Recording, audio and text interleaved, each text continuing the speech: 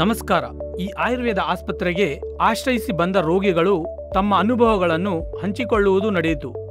ಅವರು ನೋಡಿದ ಫಲಿತಾಂಶಗಳ ಆಧಾರದ ಮೇಲೆ ಅವರ ಮಾತುಗಳು ಹೀಗಿವೆ.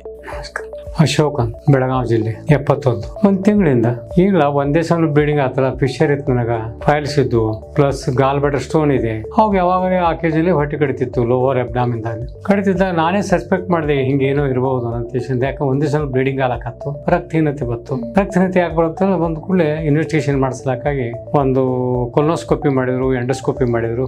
ಅವ್ರು ಹೇಳಿದ್ರು ಯಾವೇ ಸೀಕಮ್ ಕ್ಯಾನ್ಸರ್ ಅಂತ ಹೇಳಿದ್ರು. ಆ ನಂತರ ಅವರು ಅಲೋಪತಿರು ಆಪರೇಷನ್ ಪ್ರಿಪೇರ್ ಮಾಡಿದ್ರು, ಆಪರೇಷನ್ ಮಾಡಿದ್ರು ಅವರು. ಆ ನಂತರ 20 ಅವರೊಂದು 20 ದಿವಸ ಆಗೋಣ ನಿನ್ನೆ ಅವ್ರು ಪ್ರಿಸ್ಕ್ರೈಬ್ ಮಾಡಿದ್ರು.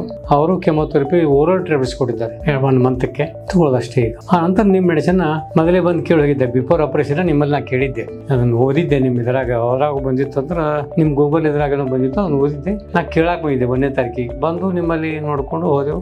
ಆಗ ಆಪರೇಷನ್ ಮಾಡಿಸ್ಕೊಂಡೆ ಮಾಡ್ಬೇಕಂತೇಳಿ ಮೆಡಿಸಿನ್ ತಗೋಬೇಕು ಅಂತೇಳಿ ಆಪರೇಷನ್ ಮಾಡ್ಕೊಂಡು ಮೆಡಿಸಿನ್ ತಗೋದು ಇಷ್ಟೇ. ನನಗೆ ಸುಸ್ತು ಆಗ್ತಿತ್ತು. 1-2 ವರ್ಷ ಆಗತ್ತಿತ್ತು ನನಗೆ ಸುಸ್ತಾಗೋದು, ತೊಂದರೆ ಆಗೋದು, ರಕ್ತ ಕಡಿಮೆ ಎಂದು ಹಾಕಿದ್ರೆ ರಕ್ತ ಕಡಿಮೆ ಆತ.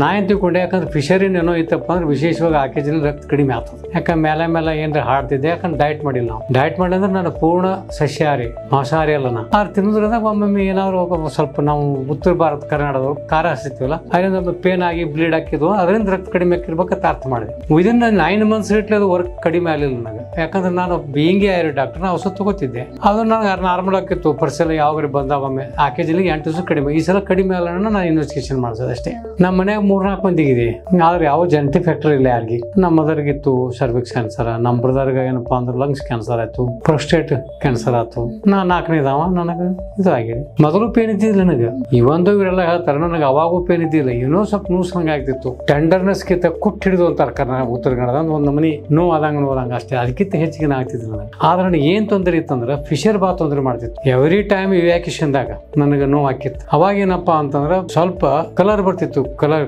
ಕೆಂಪು ಕಲರ್. ಅದ್ರ ಮೇಲೆ ಬ್ಲೀಡ್ ಹಾಕತ್ ನಾ ಅರ್ಥ ಮಾಡ್ಕೊತಿದ್ದೆ. ಡ್ರಗ್ ತಗೋತಿದ್ದೆ, ನಾರ್ಮಲ್ ಇರ್ತಿದ್ದೆ. ನಾ ಹಂಗೆ ಡ್ರಗ್ ತಗೋತೇ ಇದ್ದೆ 6 ತಿಂಗಳು ಹಿಡ್ಕೊಂಡು. ಆದ್ರೆ ಆಯುರ್ವೇದ ಮೇಲೆ ಇದ್ದೆ, ಮತ್ತೆ ಯಾವ ಡ್ರಗ್ ಇಲ್ಲ. ಅತಿ ಎಮರ್ಜೆನ್ಸಿ ಜ್ವರ ಅದು ಬಂದಾಗ ಏನೋ ಸಮ್ಟೈಮ್ಸ್ ಡಾಕ್ಟರ್ಗಳು ಕೊಟ್ಟರು ಅಂತ ಕೊಡ್ತಿದ್ದೆ ಅಷ್ಟೇ. ಬಿಫೋರ್ ಆಪರೇಷನ್ದಾಗೂ ನನಗೆ ನೋವು ಇದ್ದಿಲ್ಲ, ಆಫ್ಟರ್ ಆಪರೇಷನ್ ನೋವಿಲ್ಲ. ಇದೊಂದು ವಿಚಿತ್ರ. ಅಂದ್ರೆ ಏನು ಹೋಯ್ತು ಅಂದ್ರೆ ನನಗೆ 200 ಸ್ಟಿಲ್ ಏನಪ್ಪಾ ಗಾಲ್ ಬ್ಲಾಡರ್ ಸ್ಟೋನ್ ಆಪರೇಷನ್ ಮಾಡಿದ್ದಾರಲ್ಲ, ಆ ಸ್ಪೋರ್ಟ್ಸ್ ಏರಿಯಾ ಇರ್ತದೆ, ಅದು ಸ್ವಲ್ಪ ನೋವಿದೆ ಅಷ್ಟೇ. ನಾವು ಒಂದ್ ದಿವ್ಸ ನೋಡ್ಕೋತಿದ್ದೆ, ಯಾವ್ದೋ ಇದು ಯೂಟ್ಯೂಬ್ದಾಗ ಬಂತು, ಇದು ಗೂಗಲ್ದಾಗ ಬಂತು, ಒಂದು ಬಂದ್ರೆ ಬರ್ತದ ಪುನರ್ಜನ ಹಾಸ್ಪಿಟಲ್ ಅಂತ ಬರೋಣ. ನಾ ಅವ್ರು ಕಾಂಟ್ಯಾಕ್ಟ್ ಮಾಡಿದೆ. ನಾ ಬೆಂಗಳೂರಿಗೆ ಬಂದ್ಮೇಲೆ ಕಾಂಟ್ಯಾಕ್ಟ್ ಮಾಡಿದೆ. ಅವ್ರು ಯಾವಾಗ ಅಂದ ಕೂಡ ನಿಮ್ಗೆ ಕಾಂಟ್ಯಾಕ್ಟ್, ಅದಕ್ಕಿಂತ ಬಿಫೋರ್ ಕಾಂಟ್ಯಾಕ್ಟ್ ಮಾಡಿದ್ದೆ. ಇದಿರ್ಬೇಕು ನನಗೆ ಡೌಟ್ ಬಂದಿತ್ತು, ಐ ಹ್ಯಾವ್ ಸಮಥಿಂಗ್ ಡಿಫ್ರೆಂಟ್ ಅಂತ, ಇದು ಎಕ್ಸೆಪ್ಟ್. ಅದಕ್ಕೆ ನಾನು ನಿಮ್ಗೆ ಡೈರೆಕ್ಟ್ ಕಾಂಟ್ಯಾಕ್ಟ್ ಮಾಡಿದ್ದೆ.